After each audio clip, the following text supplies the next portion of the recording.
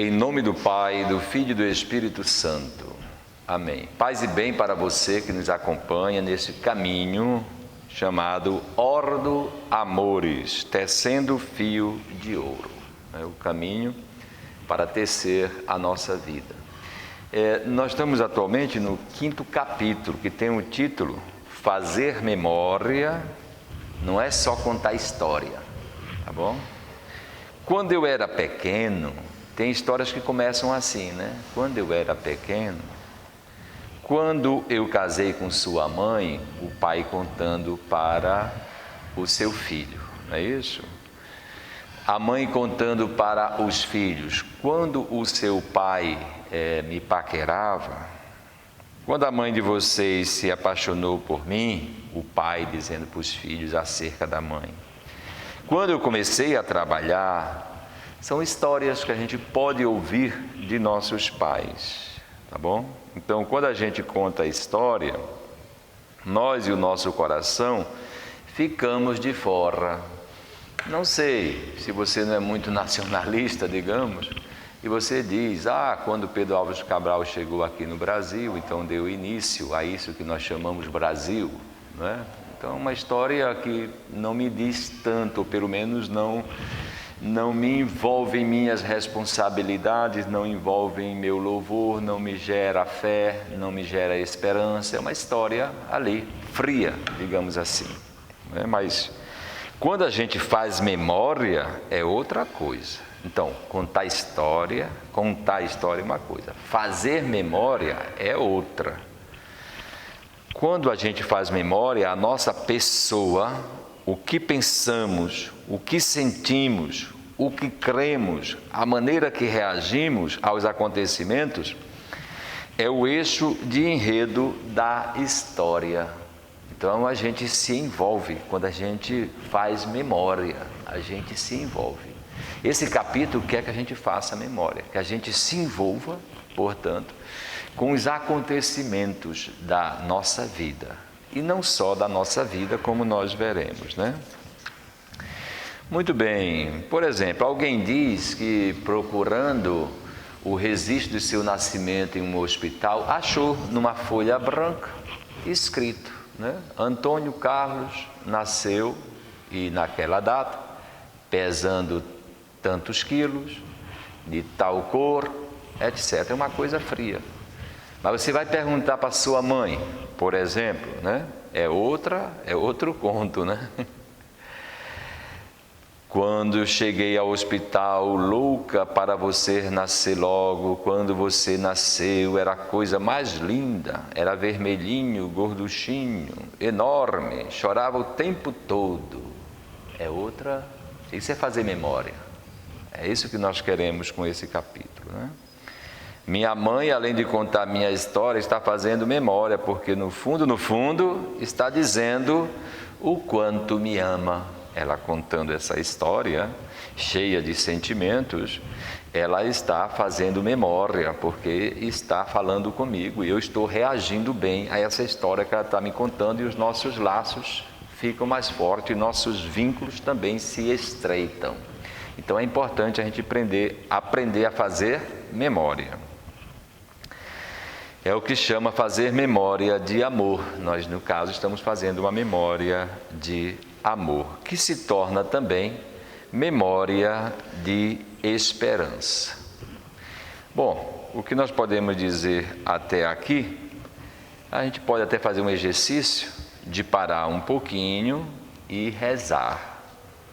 Agora que certamente entendemos o que significa fazer memória, pare um pouco e escreva em seu caderno as histórias e memórias que seus pais ou parentes mais lhe contavam.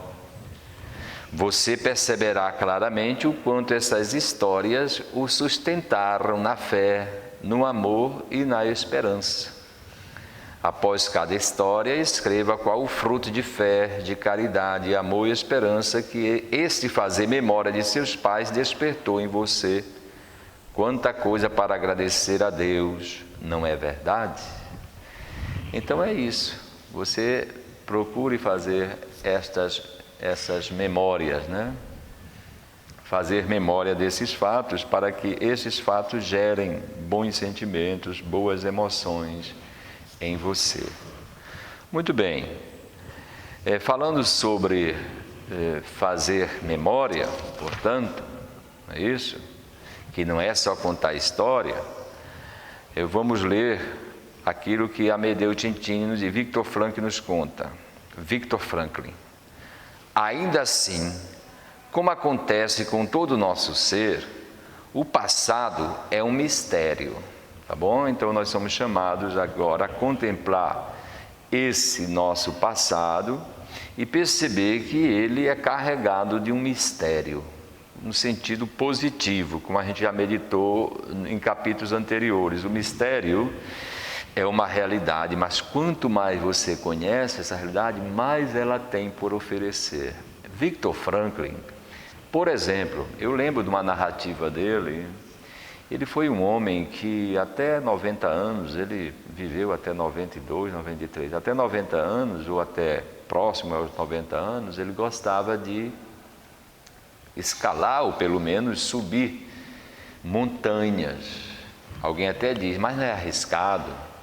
Pode ser, mas o fato é que ele era um pouco livre de medos, digamos assim. Ele não tinha muito medo de situações que para outros poderiam parecer perigoso. Porque ele descobriu a origem disso. Quando ele era criança, ele disse que um dia atravessou um rio com um barco com o pai dele. A travessia foi tranquila, mas ele dormiu. E quando ele acordou na madrugada, ele lembra que abriu os olhos e viu o céu escuro com as estrelas. Não era noite de luar, portanto, né? Então as estrelas estavam aparecendo e brilhando muito bem. Isso aí marcou muito para ele aquela beleza da noite, da madrugada. E aquilo que marcou mais ainda é que ele estava nos braços do pai dele. Então aquela segurança, a experiência da acolhida do pai, a experiência da proteção do seu pai, daquela segurança. Então ele não sentiu medo ali, né? Porque o pai ele acordou com os pais, tendo-o entre os braços ou nos braços. Então essa coisa marcou muito a ele, né? O quanto ele era protegido, amado, querido. E ele deve ter passado a vida inteira fazendo memória deste fato. E quanto mais ele lembrava, mais coisas saíam desses fatos e mais alimentava a vida dele. Então tem um mistério, sim, nestas histórias que às vezes a gente pode parecer meio bobagem, mas tem ali um mistério bonito, uma história bonita. Eu ano passado, encontrei a minha irmã mais velha e ela disse que eu não sabia disso. Ela lembra quando eu nasci, porque ela era mais velha, eu sou um dos mais novos. E foi em casa, mamãe me deu a luz em casa.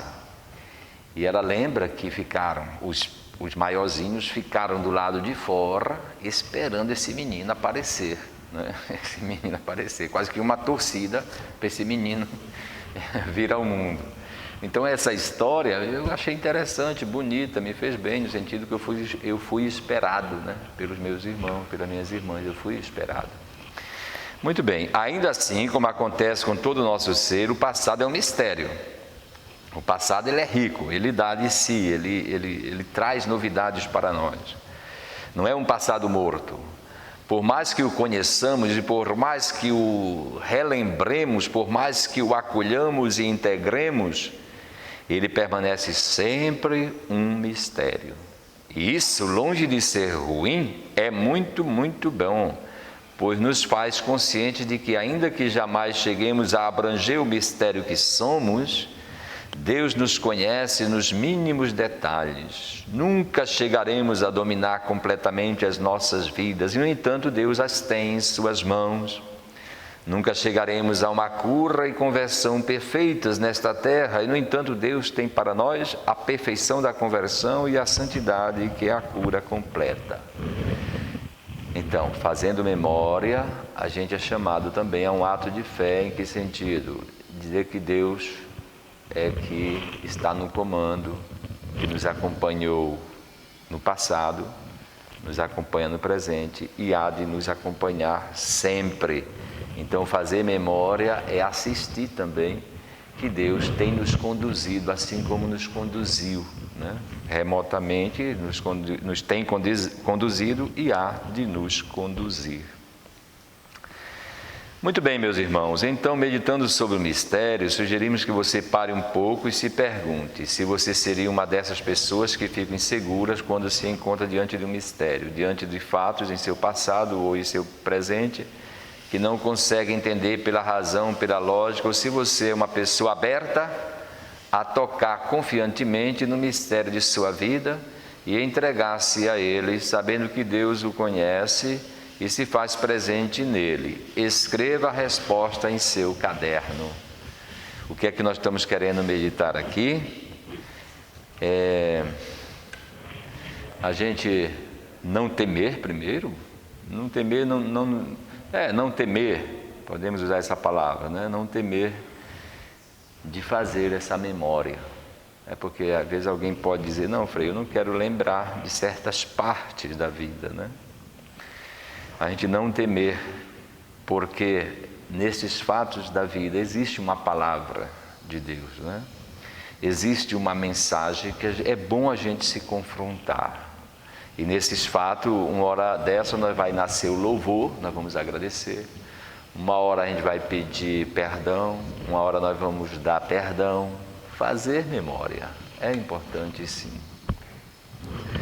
Muito bem, fazer memória é reviver um fato à luz do amor de Deus por nós e de nosso amor por Ele. Vou repetir, fazer memória é reviver um fato à luz do amor de Deus por nós e do nosso amor por Ele.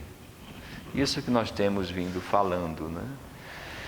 Não é um fato frio, um fato isolado, um fato de cronologia.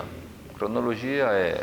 Em 1975, aconteceu isso, isso e isso. É um dado frio da história, né? Nós somos chamados ao contrário, pela fé, contemplar que havia um plano de Deus que tem me acompanhado e esse plano vai passando por esses fatos que nós vamos lembrando. Eu gostaria de lembrar agora do povo judeu, né? Nós somos cristãos, católicos, temos a tradição judaico-cristã e nós aprendemos e herdamos dos bons judeus ou dos hebreus, das Sagradas Escrituras que eu estou falando, né? Das Sagradas Escrituras, nós aprendemos a fazer a memória bíblica ou a memória de fé. Por exemplo, Jesus um dia disse a Nicodemos, como Moisés levantou a serpente no deserto, Jesus está lembrando de um fato do passado e está pegando um sentido, olha, como Moisés levantou a serpente no deserto, assim deve ser levantado o Filho do Homem. A memória bíblica que aconteceu no passado tem um sentido, o sentido maior está se revelando hoje, assim o Filho do Homem vai ser levantado. Lá, salvou de venenos de cobras, né, de serpentes. Aqui, o Senhor nos salva do mal, do pecado, da morte. Outro exemplo, Jesus falando aos discípulos de Emaús, e começando por Moisés e percorrendo todos os profetas, explicava-lhes o que deles se achava dito em todas as Escrituras, porque os discípulos estavam escandalizados porque Jesus tinha sido preso, morto. E nosso Senhor abre a mente deles para dizer, vocês não escutaram dos profetas no passado, que falava do servo sofredor, que padeceria por toda a nação, por todos os povos, vocês não entenderam isso? Então aquelas profecias do passado explicaram, deram um sentido para o momento presente. Muito bem, e assim a gente pode continuar, né, fazendo a nossa memória bíblica. Amedeo Centini, eminente estudioso da vida consagrada, afirma que fazer memória bíblica, ou memória de fé, é aprender a recordar para discernir o mistério de Deus. Aprender a recordar para discernir o mistério de Deus. da própria vida e da fé. O que é isso, gente? É para que nada em nossa vida apareça como um absurdo. Quando a gente diz isso é um absurdo, não tem sentido, né? Uma coisa inútil. O texto está dizendo, se a gente faz a memória de fé, a gente não vai dizer isso, a gente vai chegar a dizer, ah, sim, entendi, entendeu? Uma luz se abre, uma janela se abre, as trevas somem e o ambiente é iluminado. A expressão pode ser essa, ah, sim, agora eu entendo, né? Muito bem, meus irmãos, então, continuando, ensina-nos Centini, em sua longa experiência no discernimento vocacional, a partir do fazer memória. A gente pode perguntar assim, o que levava todos aqueles que faziam parte do povo de Deus, o povo eleito, a crer? A pergunta como é que começou essa fé em Israel? Não era certamente porque suas mentes eram capazes de chegar a Deus, não era por um raciocínio que depois eles chegaram a acreditar em Javé. Não era por meio de complicados processos intelectuais, mas fundamentalmente porque seus olhos tinham visto, porque os seus pais lhes tinham contado o que viram, porque caminhando pelo deserto experimentaram as seduções de Deus e tinham sido provados. Isso aqui é tudo o livro de Deuteronômio, capítulo 11, capítulo 32, capítulo 8. O que é que eu estou lendo? O que é que a gente está meditando? Que a fé em Israel nasce de um fato muito concreto. Olha, nós éramos escravos no Egito e nós não tínhamos a mínima chance de nos libertar, mas o Senhor desceu e nos libertou e nós escapamos. É a experiência, é uma memória de fatos, de acontecimentos. E a memória desses fatos e acontecimentos, Israel meditando e acreditando, são fatos, né? Nós estávamos no deserto morrendo devido às serpentes venenosas. Moisés, pelo comando de Deus, levantou a serpente de bronze. Quem olhasse seria curado e nós nos curamos. São fatos. Então, fazer a memória bíblica ou memória de fé é isso, a gente aprender a crescer na fé, fazendo memória e nunca esquecendo dos fatos que nós experimentamos. Todos nós, tenho certeza, num dia na vida, em várias ocasiões na vida, experimentamos isso. E o texto quer que a gente aprofunde, faça memória desses acontecimentos todos na vida. O Senhor passou por mim naquele dia, naquela hora, naquela situação. Situações, igual casamento, alegria e tristeza, saúde e doença, qualquer que seja a situação. Muito bem, e assim o manual nos convida também a fazer a oração, não é isso? Escrever o resultado de sua oração. Qual é essa oração que você pode fazer? Que tal parar um pouco e fazer memória de fé dos principais fatos de sua vida através do louvor e da palavra? Você pode começar com algo como: obrigado, Senhor, porque do mesmo modo que criastes o primeiro homem e mulher, a tua imagem e semelhança, também a mim me criastes a imagem e semelhança de ti mesmo. Pronto, é uma maneira de você tecer um louvor, o muito obrigado ao Senhor por ter lhe criado. Você está fazendo uma memória de fé. Um fato na sua vida bem concreto, você vê a este mundo, mas com um olhar de fé se torna louvor, agradecimento, e você vai crescendo na fé.